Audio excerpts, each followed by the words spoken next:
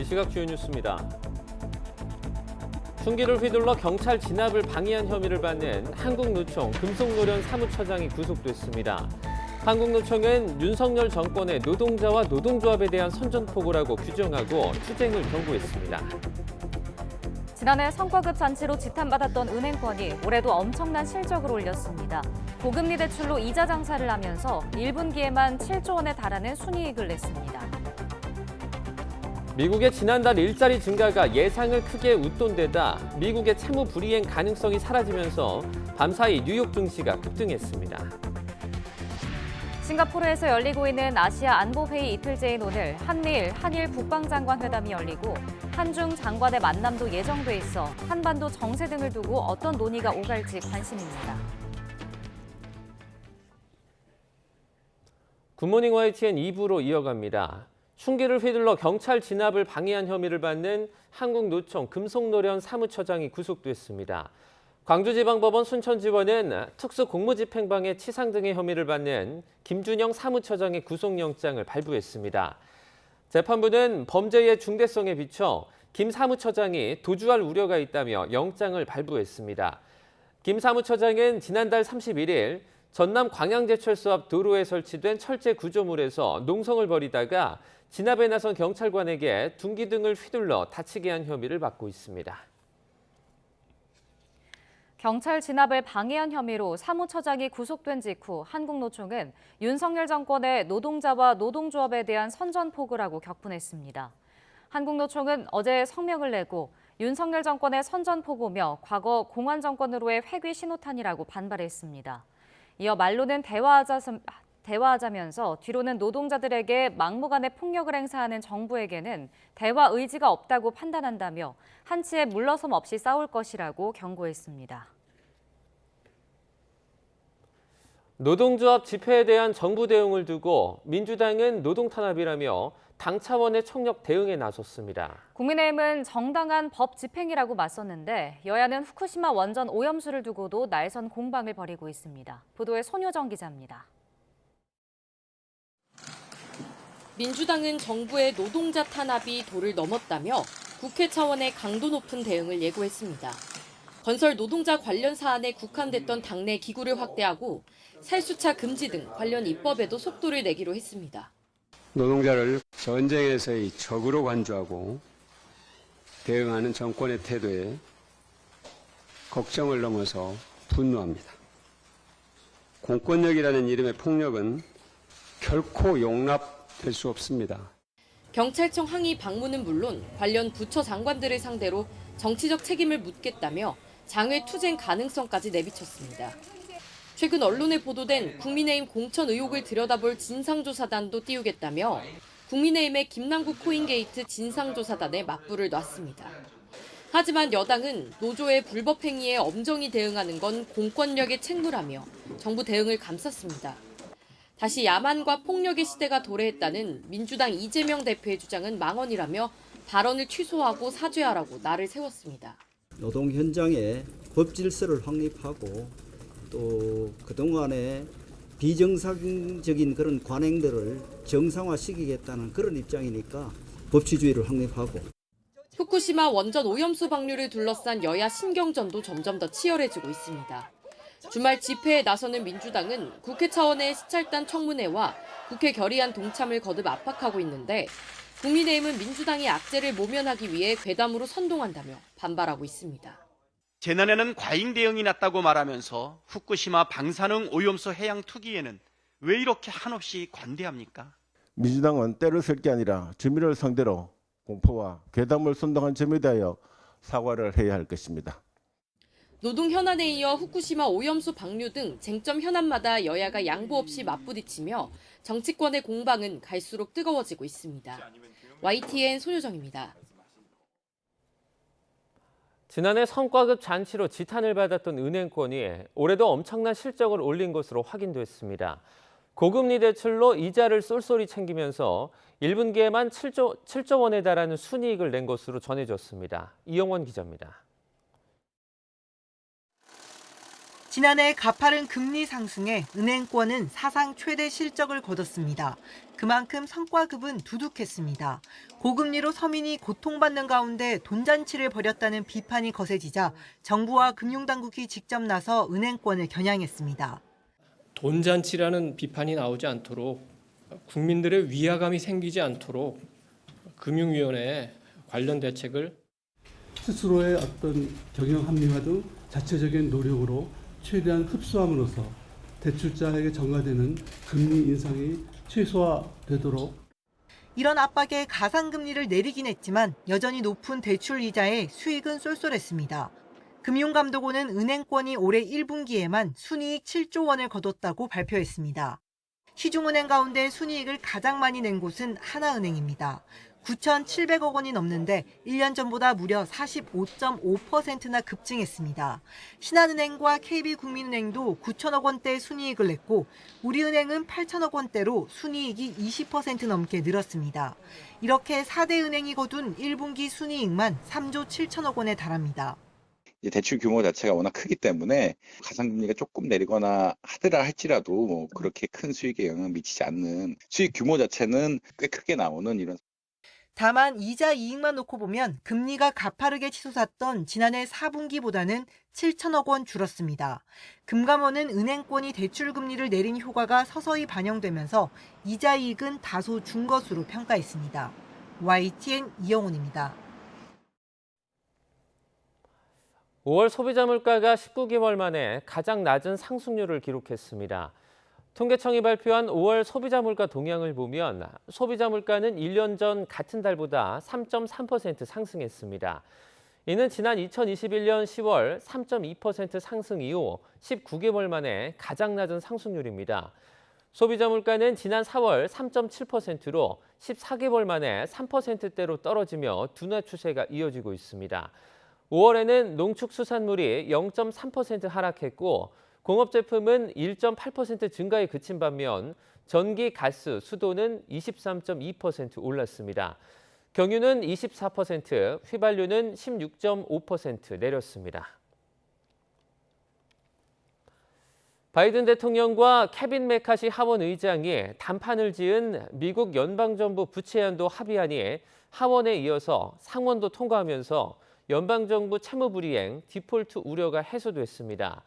이번 합의안은 2025년 1월까지 연방정부 부채한도 적용을 유예하는 대신 올해 10월부터 시작되는 2024 회계연도에 비국방 분야 지출을 동결 수준으로 유지하고 군사 분야 지출은 3% 정도 증액하는 내용을 핵심으로 하고 있습니다.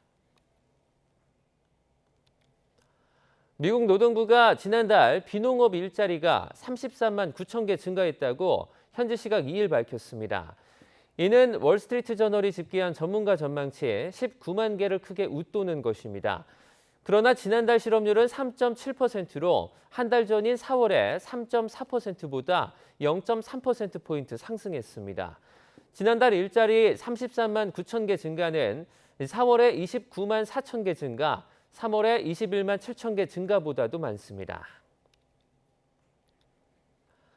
미국의 지난달 일자리 증가가 예상을 크게 웃돈 데다 미국의 채무 불이행 가능성이 사라지며 뉴욕 증시가 급등했습니다. 다우지수는 701.19포인트, 2.12% 올랐습니다. S&P 500 지수는 61.35포인트, 1.45% 상승했습니다. 나스닥 지수는 139.78포인트, 1.07% 올랐습니다. 아시아와 태평양, 유럽 지역의 안보 사령탑이 총출동하는 아시아 안보회의 샹그릴라 대화가 2박 3일 일정으로 개막했습니다. 안보 협력 수위를 높여가고 있는 한미일, 한일 국방장관 회담이 열리고 한중 장관의 만남도 예정돼 있어 한반도 정세 등을 두고 어떤 논의가 오갈지 관심입니다. 싱가포르에서 임성재 기자가 전해드립니다. 우리나라와 미국, 일본, 중국을 비롯해 아세안, EU 등 40여 개 나라 국방장관과 안보 전문가가 총출동하는 아시아 안전보장회의, 이른바 샹그릴라 대화. 회의 기간 한미일 국방장관 간 만남은 물론 한일, 한중 양자회담 등 굵직굵직한 일정이 예정돼 있어 어떤 논의가 오갈지 주목됩니다. 가장 큰 관심은 한미일 국방장관 회담입니다. 3국 안보협력 강화 기조 속에 북한 탄도미사일에 대한 실시간 경보정보 공유 체계를 마련하기 위한 구체적인 방안이 도출될 수 있을지 이목이 쏠리고 있습니다. 현재는 기존 미국을 사이에 둔 정보공유 약정 T사를 활용하는 방안이 실무진 차원에서 논의되고 있습니다. 여기에 3국 연합훈련 확대 등에 대해서도 머리를 맞댈 것으로 보입니다. 별도로 4년 만에 진행되는 한일 국방장관 회담은 또 다른 관전 포인트입니다. 양국 만남에선 교류 확대의 걸림돌이 됐던 2018년 일본 초계기 위협 비행 사건이 주요 의제에 오를 것으로 보입니다. 현재도 우리 군은 일본 초계기에 대한 레이더 조사는 없었고 오히려 위협 비행을 당했다는 입장을 유지하고 있지만 일본은 이에 반박하고 있습니다. 한중 국방장관도 6개월 만에 다시 만납니다. 우리 측은 중국 측에 핵미사일 위협 등 고도화되는 북한의 도발에 대해 건설적인 역할을 해달라고 당부할 것으로 보입니다. 다만 한미일 북중러 갈등 국면 속에 어느 정도 성과가 있을지는 불투명합니다. 이 밖에 회의 기간에는 EU, 캐나다, 네덜란드, 독일 등 국방수장들과 양자회담도 이어집니다. 본회의에서 우리나라는 북한 핵미사일 문제에 대한 국제사회의 지지와 협력을 당부할 예정으로 북한 인권 문제에 대해서도 거론할 예정인 것으로 알려졌습니다. 싱가포르에서 YTN 임성재입니다.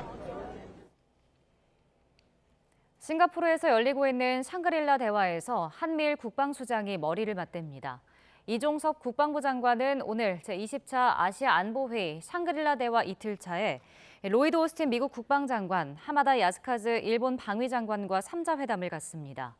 이 자리에서 한미일 국방장관은 3국이 추진하고 있는 북한 탄도미사일 경보 정보 실시간 공유 체계를 구축하는 구체적인 방안을 논의할 것으로 보입니다.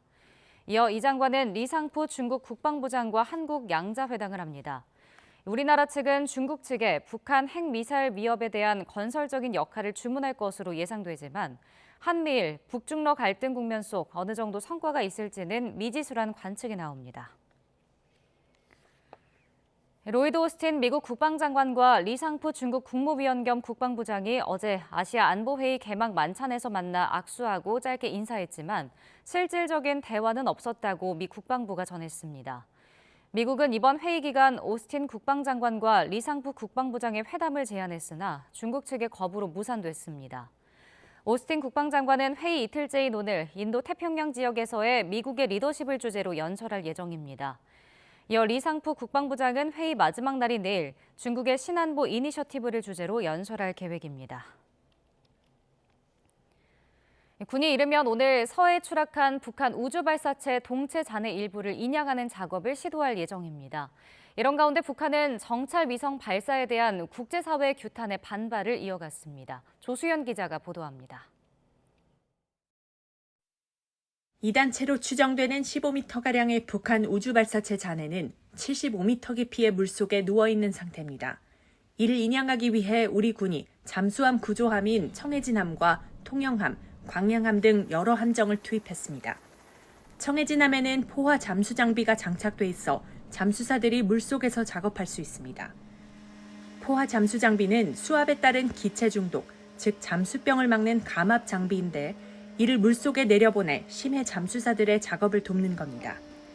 포화 잠수 장비를 이용하면 물속에서 최대 2시간 가까이 작업이 가능하다는 게 군 당국의 설명입니다. 인양 작업은 해군 해난 구조대원, SSU 대원들이 물속에서 잔해를 결박하면 이를 끌어올리는 순으로 진행됩니다. 생각보다 이게 좀 무게가 무겁다 보니까 시간이 좀 소요될 것으로 보는데 아마 내일 모레까지 가야 되지 않을까 하는 생각, 한 이틀 정도 더 걸릴 수 있겠다고 판단됩니다. 군 당국은 발사체가 추락한 해역을 중심으로 수색 작업도 계속하고 있습니다. 15m 길이의 동체 잔해 외에 엔진과 위성 탑재체 등 나머지 핵심 부품도 찾아낼 수 있을지 주목됩니다. 이런 가운데 북한은 정찰 위성 발사를 규탄한 유엔과 나토 사무총장에 자위권을 침해하지 말라고 반발했습니다. 북한 외무성은 구테우스 유엔 사무총장의 규탄 성명을 겨냥해 유엔 성원국으로서의 당연한 주권적 권리를 침해하는 온당치 못한 처사라며 내정 간섭이라고 주장했습니다. 그러면서 미국의 강권이 쉽사리 통할 수 없다는 걸 보여주기 위해서라도 군사정찰 위성 발사를 계속 추진하겠다고 밝혔습니다. 국제사회의 강력한 경고에도 북한이 아랑곳하지 않으면서 북한이 예고한 오는 11일 이내에 다시 발사를 감행할지 주목됩니다. YTN 조수연입니다. 대통령실이 북한이 안보 딜레마에 빠졌다고 판단하며 대북 강경 노선을 공고히 했습니다. 그러면서 한미일 3국 기존 합의를 더 구체화하는 등 공조 체제에 박차를 가하고 있습니다. 박석영 기자의 보도입니다. 우리 군이 지난달 31일 발사에 실패한 북한 주장 우주 발사체 낙하물 일부를 인양한 건 발사 1시간 반 만입니다. 여권은 신속하게 회수했다며 과거 정부 대비 얼마나 잘하고 있는지 보여준다고 평가했습니다. 미사일 궤도에 대한 추적 이런 여러 가지 부분에서 한미일에 대한 여러 가지 도움이 됐나요? 정보자산 공유가? 예, 그렇습니다. 분명한 도움이 된 것은 맞습니다. 예. 대통령실 관계자 역시 YTN에 한미일 상호 정보 공유가 매우 긴밀하게 이뤄진다는 증표라고 설명했습니다. 이어 앞으로도 계속 이런 상황이 벌어질 건데 이는 북한이 안보 딜레마의 소용돌이에 빠진 거라고 의미를 부여했습니다. 안보 딜레마란 한 나라가 튼튼한 안보를 위해 군사력을 높이면 불안해진 다른 나라가 덩달아 군사력을 높이는 현상을 말합니다. 이에 따라 우리 방어체계 등의 자극을 받은 북한이 계속 군비를 높이게 될 거라는 게 대통령실의 분석입니다. 이번 북한 주장 우주 발사체만 해도 비용을 따져보면 440억에서 660억 정도로 추정되는 것으로 전해졌습니다. 아사자가 3배나 늘어난 북한의 현실 속에서 옥수수 15만 톤을 살 수 있는 금액입니다. 대통령실 관계자는 북한이 궁지에 몰릴 수밖에 없는 몰락의 길을 택한 거라며 나아가 과거 소련처럼 항복하게 될 수 있다고 내다봤습니다. 정부는 한미일로 이어지는 안보 협력 강화에 더욱 힘을 쓰고 있습니다. 3국 국방장관이 참석하는 샹그릴라 대화도 막을 올렸는데 북한 미사일 경보 정보 실시간 공유를 위한 구체적 방안 등이 논의될 거로 보입니다. 한미 간 핵협의 그룹 NCG 역시 이번 달 첫 회의를 열 거로 보이고 한미일 정상회담도 8월쯤으로 예상됩니다. 한미일 3국 철벽 공조를 통해 안보 딜레마에 빠진 북한을 압박하겠다는 윤석열 정부의 전략이 얼마나 영향력을 발휘할 수 있을지 주목됩니다. YTN 박석영입니다. 특혜 채용 의혹이 아빠 찬스에 이어서 형님 찬스까지 꼬리를 물고 이어지는 가운데 중앙선관위가 또 긴급회의를 소집했습니다. 국민권익위 전수조사엔 적극적으로 협조하기로 했는데 논란이 됐던 감사원 감사는 받아들일 수 없다는 기존의 입장을 거듭 확인했습니다. 정은우 기자입니다. 선관위가 국회에 제출한 최근 특혜 채용 의혹 전수조사 자료입니다. 5급 이상 전현직 공무원 자녀 경력 채용 현안으로 퇴직 간부 4명의 자녀가 인천 등 아빠 수속 근무지에 채용된 것으로 드러났습니다. 이들은 앞서 의혹이 제기된 박찬진 전 사무총장 등 전현직 간부 6명 외에 추가로 드러난 의심 사례입니다. 4급 공무원의 친동생이 경력직으로 채용된 뒤 1년도 안 돼 승진해 이번엔 형님 찬스 아니었냐는 의혹도 제기됐습니다. 점점 거세지는 비판 여론에 선관위는 또 긴급위원회의를 소집해 그동안 수용 여부를 미뤄왔던 국민권익위원회의 단독 전수조사에 성실히 임하겠다는 입장을 내놨습니다. 오늘 회의 핵심 안건은 어떤 것 같아요? 수고하셨습니다. 회의에서 감사원 감사도 적극 검토하시는 건지요? 자체 조사 범위는 전현직 직원의 배우자와 사촌인의 친족으로 넓히고 박찬진 전 총장 등 최초 의혹 사례 4명의 수사도 경찰에 의뢰하기로 했습니다. 다만 논란이 됐던 감사원 감사는 수용하지 않겠다고 못 박았습니다. 국가기관 간 견제와 균형을 위해 직무감찰을 받지 않았던 게 헌법적 관행이고 관련 법령에도 어긋난다는 이유를 들었습니다.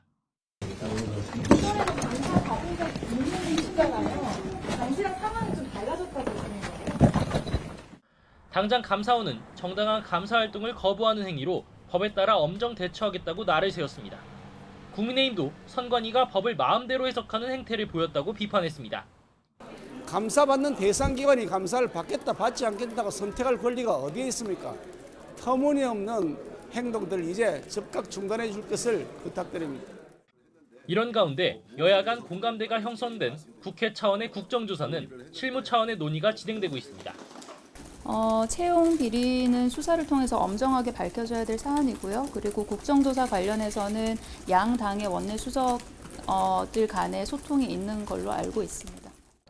특혜 채용 의혹이 확산하면서 선관위가 건의기에 전수조사를 수용하는 등 진전된 입장을 내놨지만 감사원의 감사 거부에 대한 비판과 경찰의 본격적인 수사 착수, 그리고 국회 국정조사 추진 국면이 겹치면서 점점 사면 초과로 몰리는 모습입니다.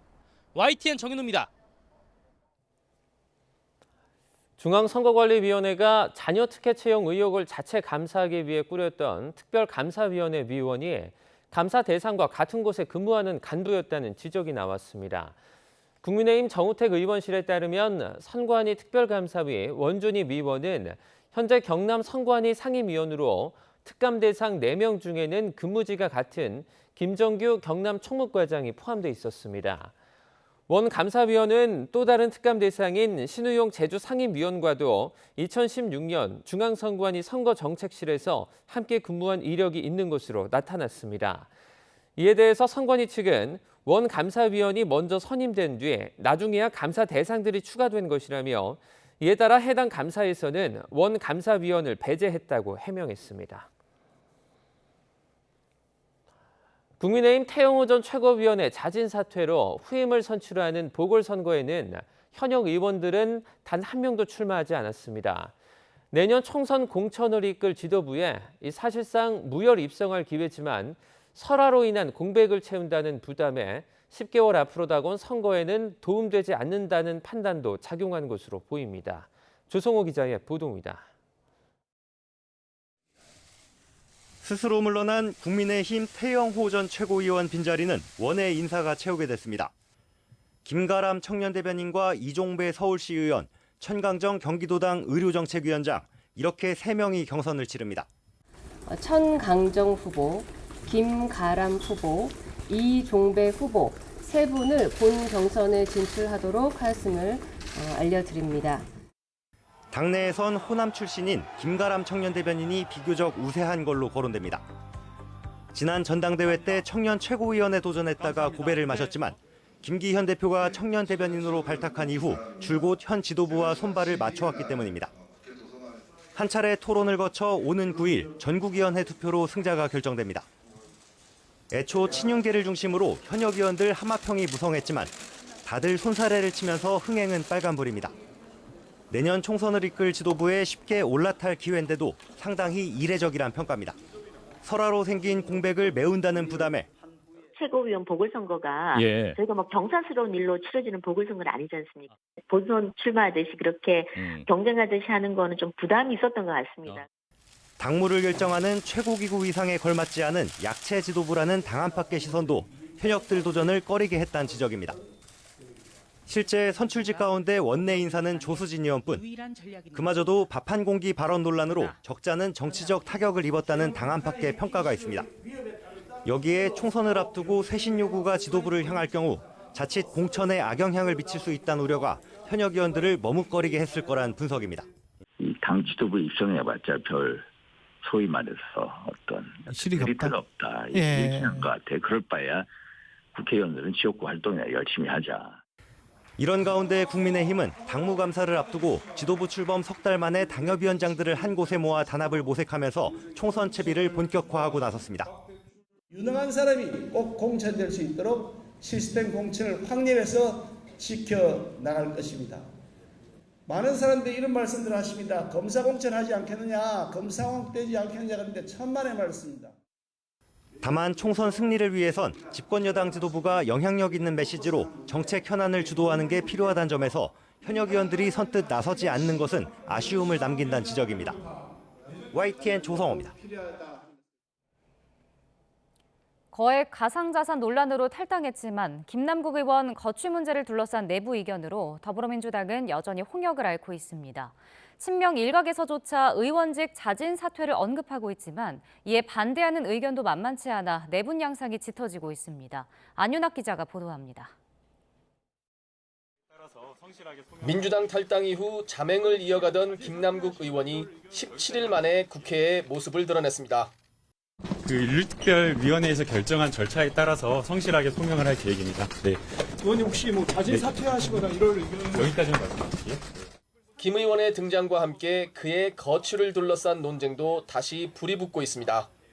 최고 제명까지 가능한 국회 윤리특위 징계 전에라도 의원직을 내려놓는 게 당과 자신을 위한 길이라는 비명계 주장에 세비를 받고 자기의 모든 걸 바쳐가지고 국가 이익을 우선해서 전념을 해야 될 의무가 있는데 거기에는 반한 거 아니냐. 먼저 스스로 사퇴하는 게. 친명계 내에서도 이대로는 떨어진 젊은 층 지지율을 회복할 수 없다는 판단에 자진 사퇴 기류가 확산하고 있습니다.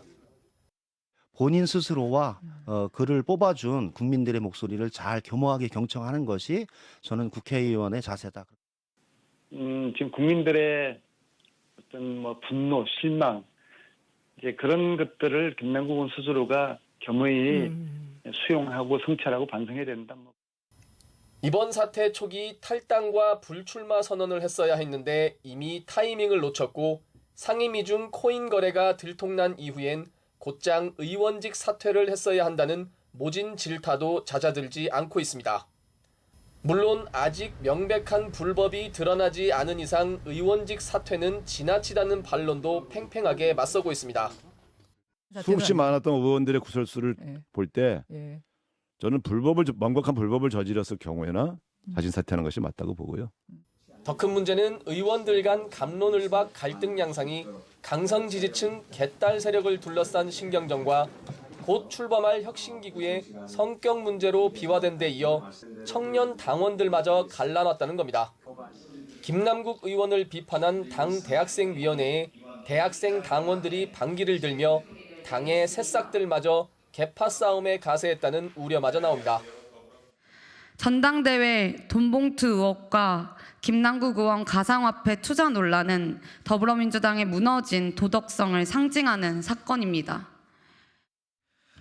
전국 대학생위원회는 본인들의 소통 확대 약속의 구실을 위해 사실조사도 제대로 마치지 않은 사안들을 임의로 비도덕적이라 규정했고 친명계 핵심이었던 김남국 의원의 거취를 둘러싼 공방은 내년 총선을 이재명 대표로 치를 수 있겠느냐는 뿌리 깊은 개파 갈등과 맞물리며 또 하나의 화약고로 남게 됐습니다. 향후 국회 윤리특위가 어떤 결정을 내릴지 또 자진 사퇴 압박에 김 의원이 어떤 결단을 내릴지 관심이 쏠리고 있습니다.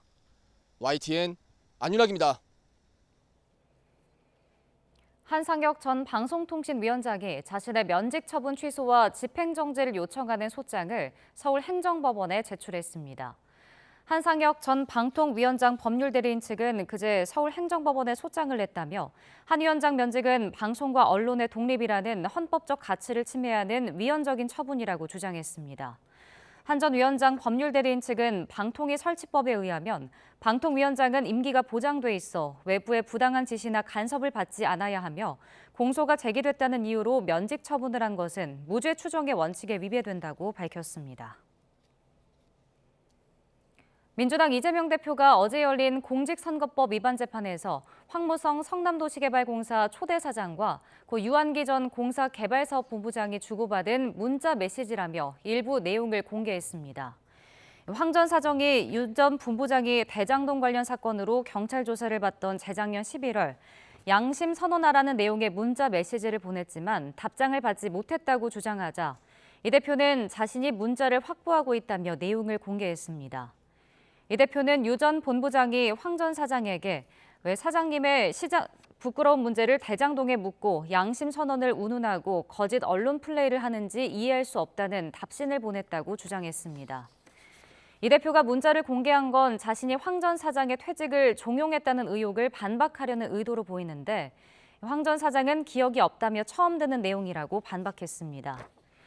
이 대표의 발언에 검찰은 저희는 모르는 내용으로 증거로 제출해달라고 요구했고 재판장도 다음부턴 참고자료든 증거자료든 제출해달라고 지적했습니다.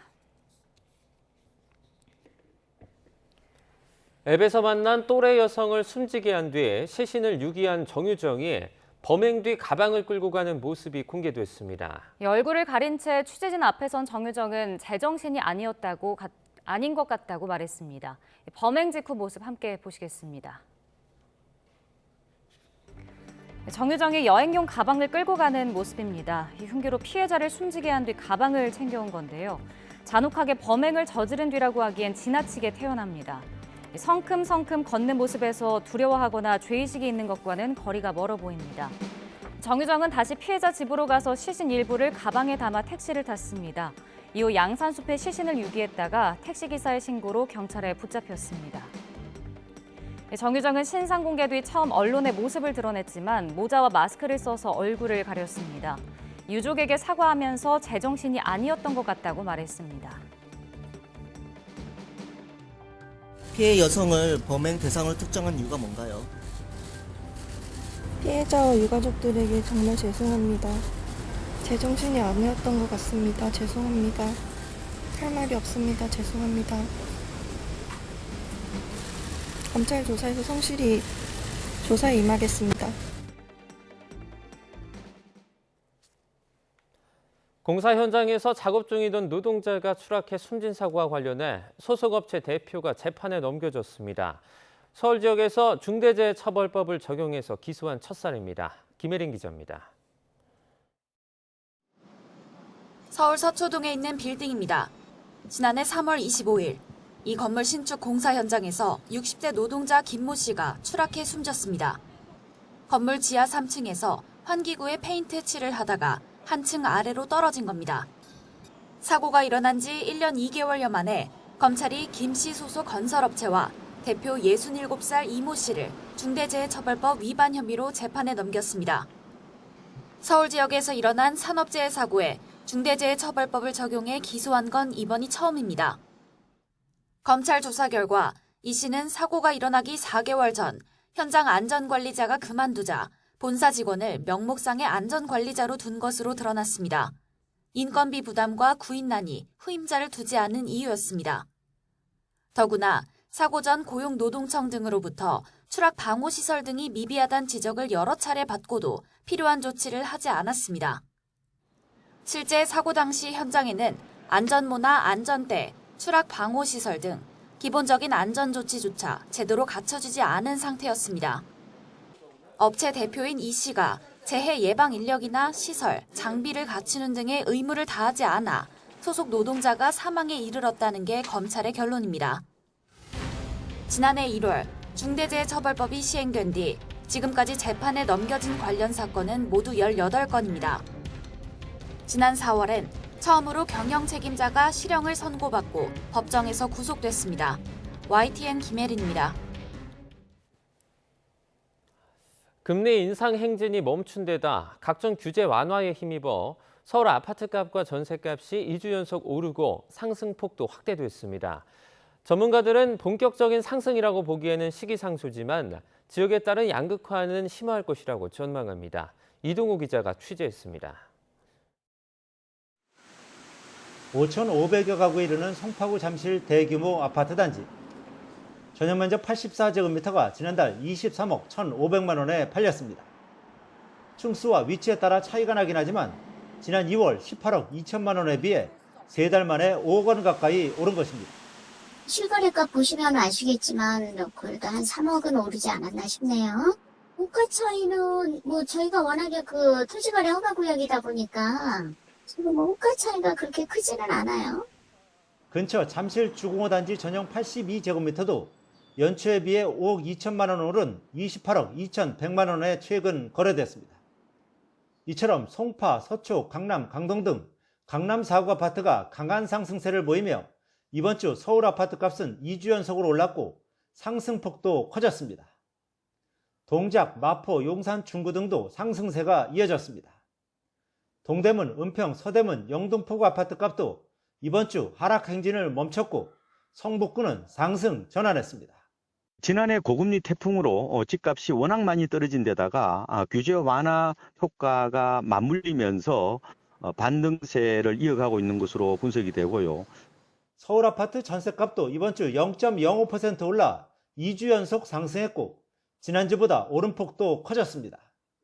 시중 대출금리 안정 이후 신규 이동 수요가 꾸준히 유입되며 전셋값이 오르고 있다는 분석입니다.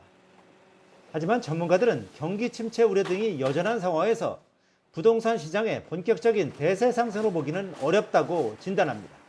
무역 수지 악화와 실물 경기 침체가 여전하고 기준금리가 인하되지 않은 상황에서 집값의 추세 전환 내지 본격 상승을 점치기는 어렵습니다. 하반기엔 지역과 입지에 따라 집값 양극화와 상저하고 현상이 나타날 가능성이 높습니다. 전문가들은 따라서 실수요자들의 경우 서두르지 말고 급매물이나 수도권 분양 중심으로 신중하게 접근하는 것이 필요하다고 강조합니다. YTN 이동호입니다.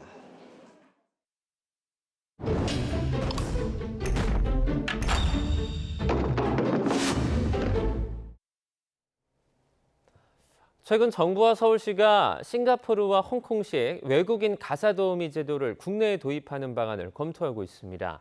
100만 원 미만의 임금으로 젊은 부모의 육아 부담을 덜게 하면 출산율을 높이는 데 도움이 된다는 게 추진 배경인데 실제 시행하고 있는 곳에서는 출산율에 어떤 영향을 미쳤는지 따져봤습니다. 황윤태 기자입니다. 외국인 가사도우미 도입이 논의되기 시작한 건 지난해 9월입니다. 오세훈 서울시장이 외국인 육아도우미 정책을 제안하면서 싱가포르와 홍콩의 사례를 들었습니다. 석 달 뒤엔 고용노동부가 올해 하반기 외국인 가사노동자 도입 정책을 구체화했고 지난주 윤석열 대통령도 적극적인 검토를 관계부처에 주문했습니다. 외국인 가사도우미 제도는 현재 우리 국민과 중국 동포에게만 허용되는 가사노동 취업 대상을 동남아 국적 등으로 넓히자는 내용입니다. 서울시장이 먼저 저출산 해결책으로 제안했고 정부도 적극적으로 검토하는 가운데 반대 의견도 있습니다. 국민의힘 유승민 전 의원은 자신의 SNS를 통해 싱가포르와 홍콩은 오랫동안 외국인 가사도우미를 고용했지만 저출산은 개선되지 않았다고 주장했습니다.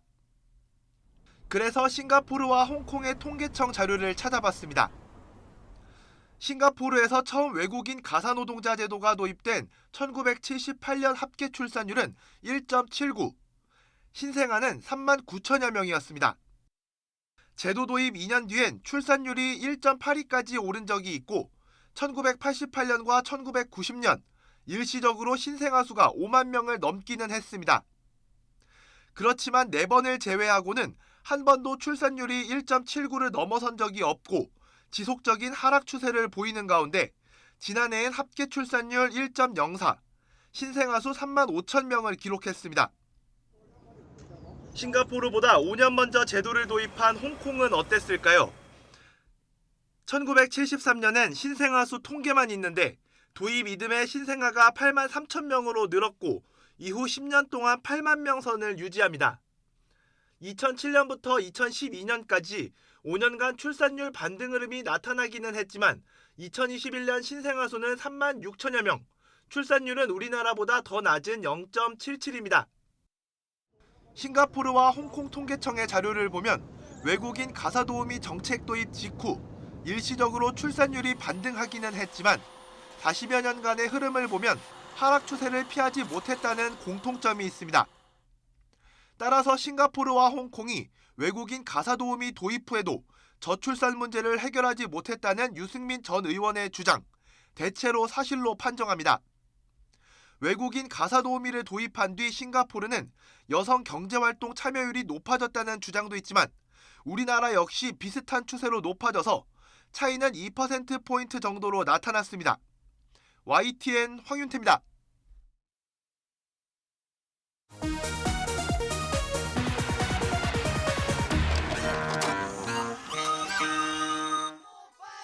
입에다 넣고 토하는 것처럼 하기도 하고 또 얼굴에다 이렇게 문지르기도 해요.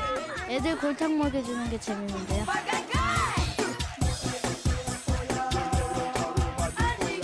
하굣길에 초등학생들이 동네 문방구로 몰려듭니다. 반죽판 하나 주세요.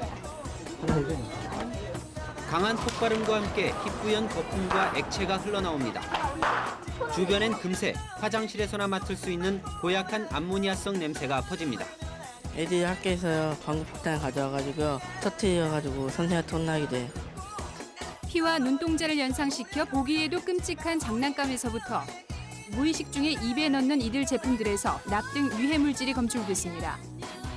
칼라 풍선이라 불리는 어린이용 놀이용품은 학교 주변 문구점에서 쉽게 구입할 수 있습니다. 액체를 짜서 빨대로 불면 이내 형형색색의 풍선이 만들어집니다. 하지만 이 풍선에는 어린이들에게 치명적인 환각 물질인 초산에틸이 많이 포함되어 있습니다. 많이 하면 머리가 좀 어지럽고요. 토할 것 같아요, 좀.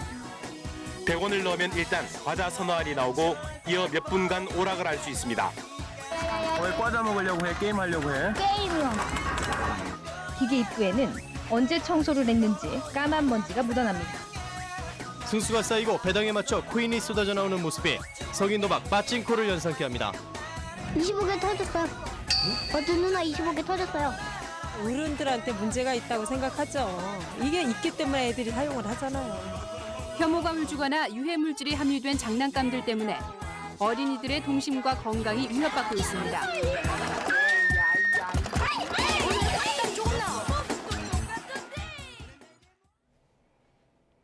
중국 동북 평원지대 곳곳에서 거대한 회오리 바람이 몰아쳐 쑥대밭이 됐습니다. 기후변화의 영향으로 빈도는 잦아지고 위력도 세지는 추세입니다. 베이징에서 강정규 특파원입니다. 마치 용이 승천하듯 한 줄기 소용돌이가 치솟습니다. 마을을 집어삼킨 회오리 바람은 시커멓게 변했습니다. 서서히 움직일 때마다 전기 설비들이 펑펑 터집니다.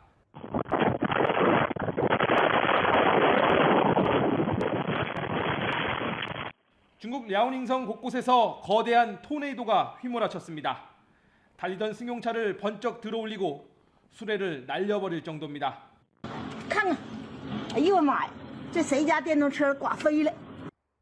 폭풍이 휩쓸고 간 자리는 그야말로 쑥대밭이 됐습니다. 지역 당국은 구조와 복구에 총력을 쏟느라 피해 집계조차 제대로 이루어지지 못하고 있습니다. 截至当天晚上的9点钟，当地有13人受伤，受损房屋达到了60余处，还有部分农田受损。 토네이도는 찬 공기와 더운 바람이 맞부딪혀 강한 대류를 형성할 때 발생합니다. 드넓은 평원이나 바다처럼 탁 트인 공간에서 용오름 현상이 자주 목격되는 이유입니다. 중국 동북 벌판에선 매년 여름 한두 번씩 토네이도가 생기는 걸로 파악됩니다. 최근엔 기후 변화 등의 영향으로 그 빈도는 잦아지고 위력은 더욱 세지는 추세입니다. 지난 2019년엔 토네이도가 랴오닝성 카이유안시를 강타해 200명 넘는 사상자와 10,000명에 달하는 이재민이 발생하기도 했습니다. 베이징에서 YTN 강정규입니다. 미국령 괌을 강타하고 북상하는 제2호 태풍 마와르의 영향으로 일본에서 아이치현 등 태평양 연안 지역에 큰 비가 내리고 있습니다. 많은 비로 일부 지역에서는 주민 대피 지시가 내려졌고 고속철도인 신칸센도 운행이 중단되기도 했습니다. 태풍 마와르가 일본 서남쪽 규슈의 남쪽 바다를 지나면서 따뜻하고 습한 공기가 유입돼 나고야시에 있는 아이치현과 시즈오카현, 미에현에 집중호우가 내렸습니다. 시즈오카현 이와타시는 폭우로 하천 범람이 우려된다며 가장 높은 경계 수준인 경계 레벨 5단계를 발령하고 시내 411가구 1,091명에게 안전한 장소로 대피할 것을 지시했습니다. 또 도쿄와 오사카를 잇는 고속도로 도카이도 신칸센의 상하행선 전 구간의 운행이 중단됐습니다.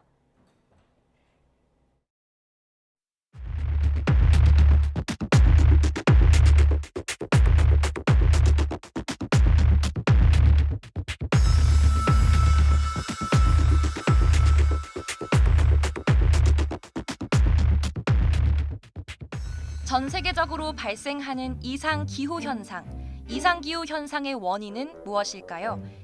다양한 원인이 있지만 그중 하나가 엘니뇨입니다. 엘니뇨는 동태평양 해수면 온도가 평년보다 0.5도 이상 높은 상태가 5개월 이상 지속되는 현상입니다. 쉽게 말해 평년에 비해 해수면의 온도가 올라가는 현상인데요. 엘니뇨 현상은 어떻게 발생하는 걸까요? 보통 태평양의 적도 지역은 무역풍으로 인해 따뜻한 물이 서쪽으로 이동합니다. 따뜻한 물이 모인 서쪽은 후텁지근하고 강수량이 증가하며 차가운 물이 올라오는 동쪽은 서늘합니다. 엘니뇨는 약한 무역풍으로 인해 따뜻한 물이 서쪽으로 이동하지 못하고 넓게 퍼지는데요. 따뜻한 물이 적게 모인 서쪽은 서늘하고 강수량이 줄어듭니다. 따뜻한 물이 많아진 동쪽은 구름, 비로 인해 홍수가 발생합니다. 그렇다면 엘니뇨로 인한 해수면 온도 상승이 우리에게 미치는 영향은 무엇일까요? 해수온도가 높아진다는 것은 지구 전체적으로 보았을 때 지구 평균 온도를 높이는 효과도 가져오겠지요. 그 태풍의 에너지원은 바다에서 증발한 수증기인데 해수온도가 높다는 얘기는 바닷물이 증발이 많아진다는 얘기니까 결국은 태풍과 같은 큰 기상재해를 가지고 올 수 있는 그러한 재해가 더욱더 커진다는 것을 의미하게 됩니다. 뜨거운 해역을 더 오랜 기간을 거쳐서 올라오는 이런 효과가 나기 때문에 엘니뇨 시기에 오는 태풍은 평상시에 비해서 훨씬 더 강력한 태풍이 될 가능성이 많습니다. 우리가 엘니뇨와 같은 현상에 주목해야 하는 이유는 무엇일까요? 우리가 생각할 때는 저 북극이라든가 남극 이런 데 먼 곳에서 이상기후가 생겨가지고 뭐 펭귄이 죽고 북극곰이 어떻게 되는 것과 우리하고 별 관계 없지 않을까 이렇게 생각할지 모르지만 우리나라 사람들 포함해서 전 세계 어떤 나라 사람이든지 간에 그 지역을 대표하는 기후라는 것이 있습니다. 근데 엘니뇨나 라니냐 같은 현상들이 발생하게 되면 평상시에 우리가 겪어오던 그런 기후와는 전혀 다른 형태의 기후가 나타나기 때문에 우리의 라이프 스타일 자체가 망가지게 되는 이런 효과가 나타나는 것입니다. 단지 우리의 라이프 스타일이 불편하다는 정도가 아니고 큰 목숨을 많이 잃을 수도 있고 재산 피해를 많이 입을 수도 있고 이런 측면에서 상당히 중요하다고 볼 수가 있고요. 심각한 이상기후 현상, 우리는 무엇을 해야 할까요? 금년 여름부터 시작될 것이라고 말하고 있는 그 슈퍼 엘니뇨 현상. 최근에 올수록 기후위기 문제로 인해서 점점 더 그 발생 빈도가 높아지고 그 강도는 점점 더 강해지고 있습니다. 제일 우선해야 될 가치가 경제 성장이 아니라 안전한 사회, 극단적인 기후 현상으로부터도 우리가 살아남고 우리의 재산을 지킬 수 있는 그런 사회가 소중하다는 생각을 갖는 것이 가장 중요하다고 생각합니다. 23년의 여름이 다가오고 있습니다. 이번 여름은 태풍 피해 없이 휴가를 즐길 수 있는 여름이 되길 바랍니다.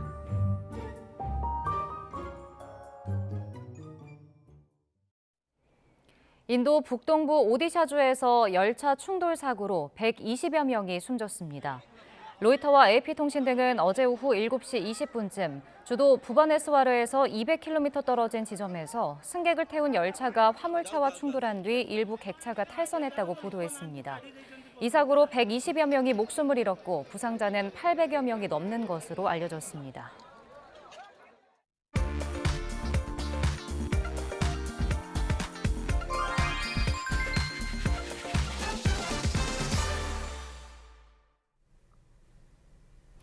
징검다리 연휴에 떠나는 분들이 많은지 고속도로는 벌써부터 외곽 방향의 정체가 시작됐습니다. 강원권과 이어지는 노선들은 특히나 경기권 위주로 정체가 빠르게 길어지고요. 일부 충청권에서도 정체가 살펴지는데 우선 사고부터 살펴봅니다. 16번 울산선 울산 방향으로 사연교 부근 1차로 막고 사고 처리해서 주의 운전이 필요하고요. 지방 방향으로는 15번 서해안고속도로 목포 쪽으로 팔곡터널과 8탄 분기점 부근에서 주춤한 뒤 충청권 진입을 앞두고 서평택에서 서해대교까지 5km 구간 가다서다 반복합니다. 25번 논산 천안선 논산 쪽으로 차량 터널 부근 차가 많은데요. 이렇게 안개까지 짙게 깔려 있습니다. 감속 주행 해주셔야겠고요. 50번 영동고속도로 강릉 쪽으로 마성에서 용인 지나 양재 터널까지 길게 밀리고 있습니다. 안전띠는 모든 좌석에서 잘 매주시고요. 고속도로 교통방송이었습니다.